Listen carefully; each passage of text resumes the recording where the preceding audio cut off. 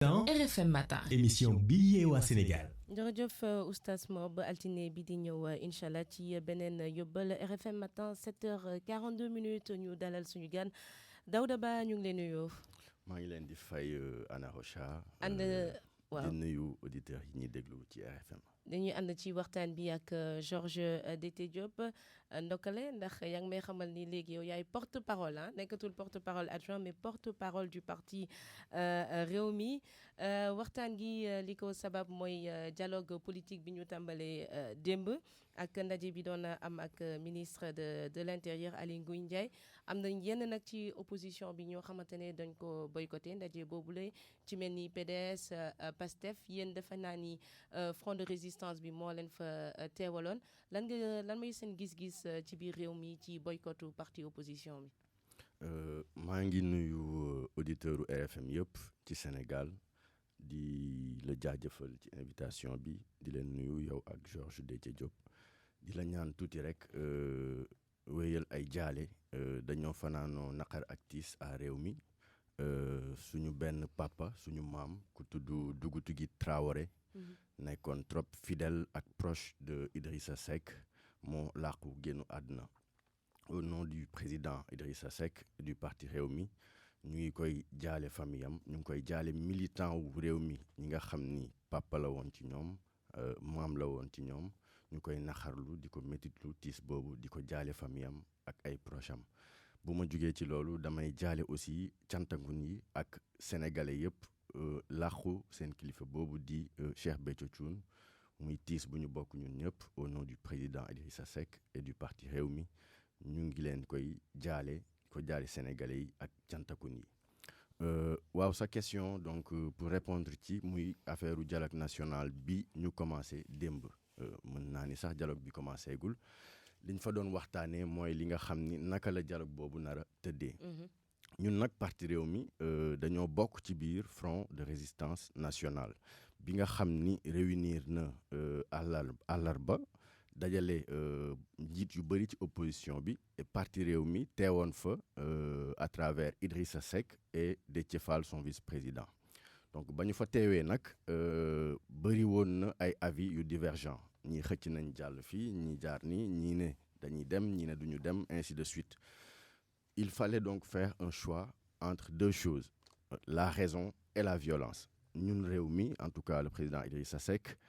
wax na xamal na opinion bi yëpp ni que moom choix wu raison la def choix wu raison boobu nag mooy nous sommes disponibles et choix wu raison boobu moom la plupart dañu fa doon daje opté ba tax ñu dajale benn délégation yabal leen ñu wuyu ji ki woote woon ngir ñu xool nu ñuy tëralee dialogue boobu choix boobu nag liñ ci mën a conclure liñ ci mën a jàpp mooy ñun disponible nañ maanaam pare nañ. Pour l'instant, on ne parle pas encore de participation. mais lan nga xalaat ci boycottu yeneen pàcc ci opposition bi. alors comme ñun ñëpp ñoo fa daje woon mën naa ni waxtaan. ñii jàpp lii ñii jàpp lële majeure partie bi jàpp ni war nañ mën a dem teg suñu condition maanaam disponible nañ pour dialoguer bu fekkente ni am na kuréel am na commission cellulaire boo xam ni moom mooy. piloter dialogue bi moom mooy organiser moom mooy modérer moom mooy doon rapporteur ñun loolu mooy suñu condition principale Rewmi ak la majeure partie du front de résistance nationale dialogue ne peut avoir lieu que bu amee commission cellulaire parce qu'on ne peut pas être juge et parti au pouvoir mënuñu ne ñoom ñooy organiser dialogue ba pare bokk ci dialogue bi donc loolu ñun moo tax condition bi ñu teg yanu na maana lu xel mën a nangu la ngir mu doon dialogue bu constructif boo xam ni day servir les intérêts du Sénégal parce que loolu moo ñu tax a jóg quoi qu'on dise dialogue boo xamante ni la day sincère et que day am suivi ak mise en application il faut que mu doon dialogue boo xam ni commission bu neutre boo xam ni ñuy tànnee ñi membres yi day doon d'un commun accord maanaam lu ñu déggoo muy opposition di société civile di parti au pouvoir ñooy déggoo tànn ñi doon commission boobu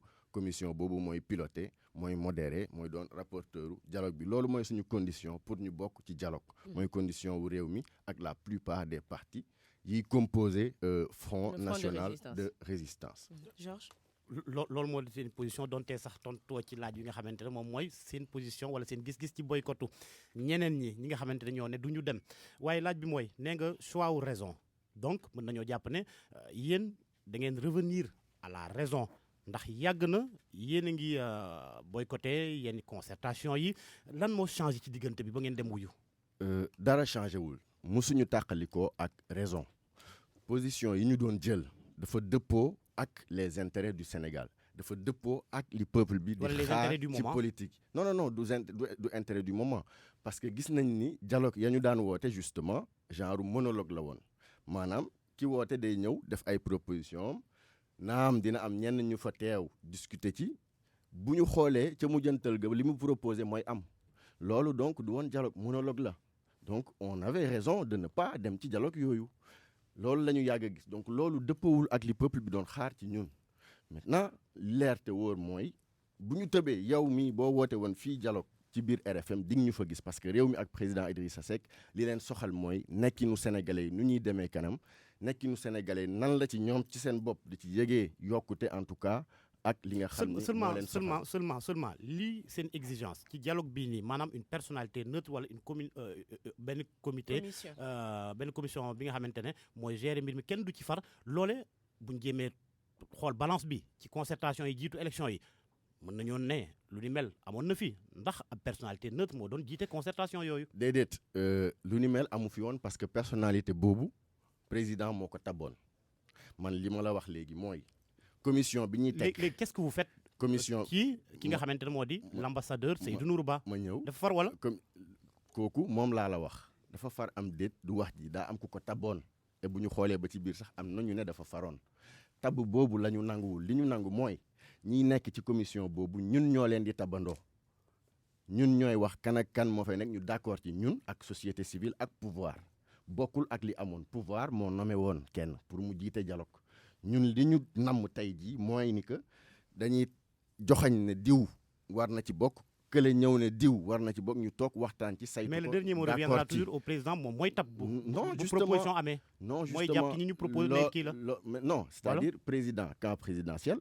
mën na désigner ay nitam ñu mu tab société civile désigner ñu nit opposition ñu désigner ñu toogandoo waxtaan ci ba d'accord maanaam d'un commun accord ñan ñooy constituer commission boobu ñan ñooy doxal dialogue bi ñan ñooy doon modérateur bi et ñan ñooy doon rapporteur bi pour permettre la mise en application et le suivi des conclusions qui en sortiront. yaa ngi wax sànq ne dafa am ci diggante 2016 bu ñuy tàmbalee dialogue bi ak bu 2019 bi dafa am lu changé mais ñun gisuñu changement boobu Macky Sall en plus on est en plein débat avec la suppression du poste du premier ministre du loo xamante ne waxtaanee na ko campagne électorale du loo xamante ne soumettre na ko à la proposition des gens mu jël dogal boobu kon lan moo changé ci diggante bi ba parti réew mi changé doxalin. non boo déggee bu baax li ma la wax mooy ñun pardon musuñu changer taxawaay maanaam taxawaayu raison ak li nga xam ni moo ñor askanu Sénégal maintenant da nga wax lu am solo muy wàllu suppression poste premier ministre justement dafa nekk lu ñu ñaawlu parce que dafa doon mesure boo xam ni dafa chambouler complètement suñuy institutions les institutions de la République sont modifiées sont chamboulées donc loolu mooy li gën a ndaw choix bu mel noonu président ba mu koy def justement dafa laajoon mu toog ak société civile toog ak les acteurs politiques ñu waxtaan ci échanger ci parce que il faut que ñu xam yenn décision yi président di jël ak politique yi dafa dépasser politique yi askan bi la maanaam ay génération lay concerné ëllëg ci biir doxalinu premier ministre doxalinu état day soxla justement présence premier ministre bu ñu xoolee bu ñu delloo ci ginnaaw temps wu Senghor ak temps wu Abdou Diouf supprimer woon nañ poste bi jékki-jékki rétabliraat ko donc loolu day wone ni que am na fi solo et que contrairement à moom li muy wax ba tax mu ne yooyu yaay moo tax mu supprimer ko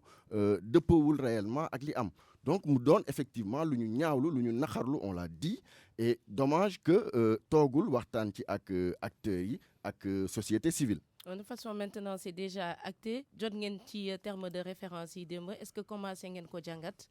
alors encore une fois commission cellulaire boobu ñuy wax sera chargée de recevoir les termes de référence donc maanaam ñun tey jii terme de référence ñun am nañ lu ñuy proposer moo xam ci économie moo xam ci politique moo xam ci santé moo xam ci éducation moo xam ci chômage des jeunes yooyu dafa nekk sujet yoo xamante ni c'est très très important pour la population sénégalaise processus électoral soog a ñëw processus électoral bi c'est très important parce que il est temps quand même que Sénégal dépassé bu ñu yegsee ci élection ñuy wax fichier bi mat naag fichier bi baaxul nii la ñuy tabbe c'est-à-dire dafa war a doon système électoral processus électoral boo xam ni dafa transparent dafa fiable dafa consensuel dafa verrouillé de sorte que du ñu nekkati la risée de la sous-région bi nga xam ni ñoom kat dañuy dégg ne démocratie moo am Sénégal ainsi de suite mais malheureusement saa yu élection jotee ñu gis ne que ki fi toog di président ngir am lu ko neex day gàkkal démocratie boobu donc ñun en tout cas terme de référence yooyu ñu gis ni am na benn parti ci dialogue bi bu ko génne bu ko fësal commission bi ñuy laaj ni moo war a tegu condition boobu ñu teg pour dem ci dialogue muy commission cellulaire moo war a recevoir terme de référence su pouvoir bi terme de référence pardon bu opposition terme de référence également bu société civile parce que normalement ça sera un dialogue élargi dialogue boo xam ni justement day saytu bëgg-bëggu askan wi maanaam du politique rek dafa doon jéego yoo xam ni bu ñu génnee ci dialogue boobu jéego yu ñuy teg la yoo xam ni dina jëmal Sénégal dans toutes ces couches dina ko jëmal kanam. ci objectif yi nga xamante ne moom lañ fësal démb mën nañ koo jàppee sax xëy na ay termes de référence donte sax yembagul ndax nee nañ bépp poñ bi nga xamante ne soxal na yenn parti yëpp ñi fay teew daañ ko waxtaane buñ ca déggoo ñu téye ko waaye itam nee nañ ñi féetewoo ci nguur gi ñoom ils sont favorables à la désignation d'une personnalité neutre pour mu jiite li nga xamante ne moo di waxtaan wi ndax njort mën na ci rafet bi ngeen ci génnee ci ndaje bi nga xamante ne moo amoon démb te ñu fas yéene dajewaat alxames gi ñu dëgmal. waaw comme li ma wax rek xam nga il faut que toujours paroles yi soient suivies par des actes il faut que li ñuy wax ñu koy jëfee ñoom encore une fois mën nañ yabal mën nañ tabb seeni représentant ci commission cellulaire bi nga xam ni moom lañ bëgg teg mu jiite dialogue bi ñun am nañ aussi latitude tabb suñuy représentant ci commission boobu comme société civile également am nañu latitude bi maintenant nguur gi décidé nañ tabb personnalité il faut faire la différence une personnalité boobu ñu taboon d'ailleurs en 2017 ak 2016 la différence entre cette personnalité là ak la commission cellulaire bi nga xam ni y aura beaucoup de personnes là-dedans yoo xamante ni ñun ñoo leen tabandoo d'un commun accord maintenant ndax rafet njot am déet mën na ci am en tout cas ñun li ñu ñor mooy intérêt sénégalais yi li sénégalais di xaar ci ak ay acteurs politiques am bu ñu génnee ci dialogue boobu bu fekkente ni condition bi respecté nañ ko mu jëriñ sénégalais yi justement donc ça sera à eux de juger justement ndax mën nañ ci rafet njot ou pas. dialogue bi en tout cas nu mu démarré xaw na compliqué ak ku nekk di teg ay conditions am ñu ngi dëgmal beneen réunion le 16 mai prochain je crois bien lan ngeen di xaar ci ndaje boobu. waaw déjà ñun bu ñu sañoon justement ndaje boobu lañ fay waxtaanee mooy sampinu kuréel boobu ñuy wax commission paritaire indépendante. voilà bi nga xam ni mooy piloter dialogue bi balaa ñuy avancer ci ay termes de référence ak yeneen étape donc tabinu commission cellulaire boobu nga xam ni moo war a doxal dialogue bi bu ñu sañoon sujet boobu lañ fay aborder et que bu ñu sañoon réellement ñoom dinañ profiter en tout cas Macky Sall profiter pour wan Sénégalais yi ne bu fekkente ni li muy woote dëgg la ci moom bëgg na Sénégal et que dialogue sincère lay woote et que donc nangu na commission cellulaire boobu. bu dee waxtaan yi war na xaw a gaaw tamit ndax li des ci élection locale yi normalement bëriwutul. écoutez xam nga gaaw ou pas li am solo mooy conclusion yi ñu fay jëlee. mu doon ay conclusion yoo xamante ni Sénégalais dinañ ci gis seen bopp. Et qu'une bonne fois pour toutes dina rendre transparent fiable et verrouiller le processus électoral. Faut pas oublier non plus que liñ fay waxtaanee processus électoral bokk na ci mais yeneen ak yeneen justement comme ni ma ko waxee sànq daf ci war a bokk. On parle récemment de mbirum religion dialogue islamo-chrétien voilà yooyu loolu par exemple ça peut être un sujet à discussion loolu dafa war a mën a bokk ci dialogue bi muy culture muy économie muy sport lépp war a bokk ci dialogue bi il faut que sénégalais yi sentir ne ñu ngi waxtaanee seen ay jafe-jafe seen ay bëgg-bëgg pour que bu ñu fa jógee justement commission cellulaire boobu mën a def suivi bi ak piloter la mise en application. Mais ça c'est le dialogue national politique bi moom moo gën a am surtout ay problème ndax yéen saa su ne doo leen déggoo ci dara. Georges bu dee am nga benn laaj bu mujj. laaj bu mujj bi mooy politique bi démb ngeen ko door pàccu politique waxtaan mi nga xamante ne moom la waa réew mi yëpp fas yéene seq am na wax na sànq li nga xamante ne moo jëm ci élection locale yi li ci des bëriwul donte sax ñu ngi naan à 6 mois de l'élection waratuñ soppi dara ci code électoral bi mais c'est juste que bu fekkee ne consensus amul ndax bu fekkee ne consensus am na ci acteurs politiques yëpp lu ne mën naa am waaye ci élection locale yooyu ñu ngi jéem a wax ay mbirum report yéen ban mooy seen position ci wàll wa. Alors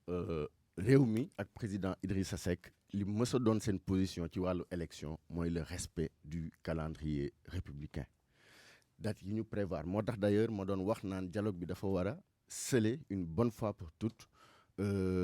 disposition yi nga xam ne dañ koy teg ci wàllu élection ci wàllu campagne ak yu mel noonu ñu verrouiller ko ba nga xam ni ku nekk saa yu toogee du am possibilité wu doxal li ko neex ak ni mu ko neexee donc ñun li ñu namm ci wàllu élection moo xam local la moo xam leneen ak leneen mooy le respect du calendrier républicain ci bu fekkente ni dëppoo naag les intérêts du Sénégal loolu la ñuy teg ci kanam à chaque fois bu ñuy waxtaan ak ku mu mënti doon intérêt sénégalais yi seen yokkute seen mieux-être ak li nga xam ni gis nañ ci seen bopp. jërëjëf Daouda Ba mu nekkoon suñu invité ajuma ji di ko sant di ko gërëm moom mooy porte-parole parti Rewmi jaajëfal Georges Déthié Diop mi ñu àndaloon ci waxtaan bi Aliou Ba ci wàllu technique bi rédaction RFM ak équipe bu TFM mi ñu àndaloon 6 heures du matin